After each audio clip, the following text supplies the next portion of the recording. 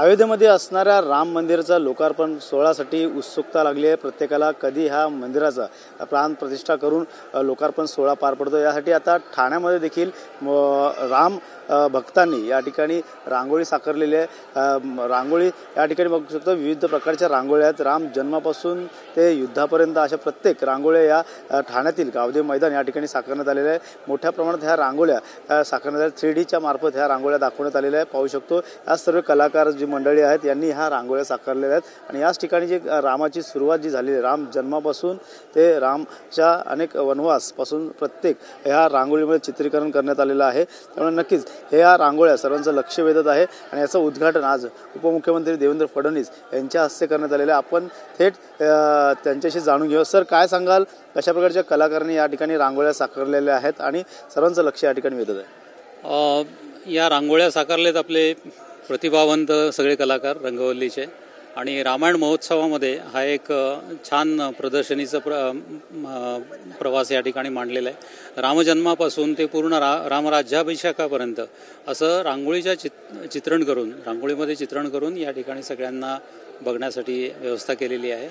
आणि एक विशेष रांगोळी मोठी काढलेली आहे ज्याच्यामध्ये राम मंदिराचं प्रतिकृती आहे आणि त्याच्यामध्ये रामानी खारीला जे आपल्या हातामध्ये घेतलं आहे कुरवाळत आहेत ते म्हणजे खारीचा वाटा म्हणून आपण जे सगळे योगदान दिलेले आहेत आपल्या या राम मंदिरासाठी, तर त्याचं एक प्रतिकृती म्हणून त्या ठिकाणी ते एक आहे। आणि हनुमानाचं एक चित्र काढले त्याच ठिकाणी, म्हणजे तल्लीन होऊन ते भजन करतायत, राममय झालेले आहेत। जसं आपण सगळेच राममय झालोय त्याच पद्धतीनं हनुमान त्या ठिकाणी एक रिप्रेझेंट करतायत आपल्या भक्तीचं, म्हणून त्यांना पण दाखवण्याचा प्रयत्न केलेला आहे। नक्कीच कलाकार म्हणून तुम्ही कुठली रांगोळी साकारलेली आहे आणि या ठिकाणी कशा प्रकारची रांगोळी साकारली? मी ते जवळजवळ 6 रांगोळ्या साकारलेल्या आहेत आणि वेगवेगळ्या पद्धतीने आपण बघू शकता इथे।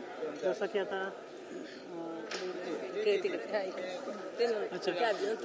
भरत बेट आहे, तसंच पुष्पक विमान आहे, तसंच अंगद आणि रावण बेट ते एक आहे, बाली सुग्रीव आहे। अशा बऱ्याचशा रांगोळ्या काढलेल्या आहेत। आणखी कोणी रांगोळी या ठिकाणी साकारली? कोणती रांगोळी साकारण्यात आलेली आहे? किती दिवस लागले आणि कशा प्रकारचं या ठिकाणी? साधारण एक 22 ते 24 तास लागले। रावण वधाची रांगोळी मी साकारलेली आहे, सो ती तुम्हाला त्या साईडला तिकडे बघायला मिळेल। आणि नागरिकांचा कशा प्रकारचा इथं उत्साह वाढताना दिसतो? याचं आजच उद्घाटन झालं आहे 10च्या दरम्यान, पण त्या सुरुवातीलाच इतका प्रचंड प्रतिसाद नागरिकांकडून चांगला मिळतोय आणि त्याचा खूप आनंद वाटतोय।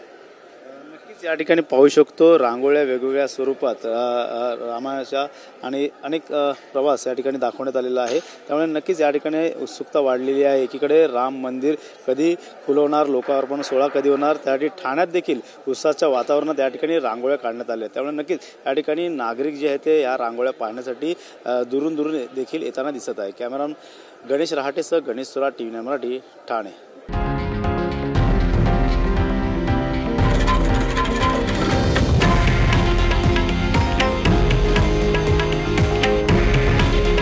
हे आहे देशातील नंबर 1 न्यूज नेटवर्क आणि आपण पाहत आहात TV9 मराठी। काळजी तुमची, हित महाराष्ट्राचं।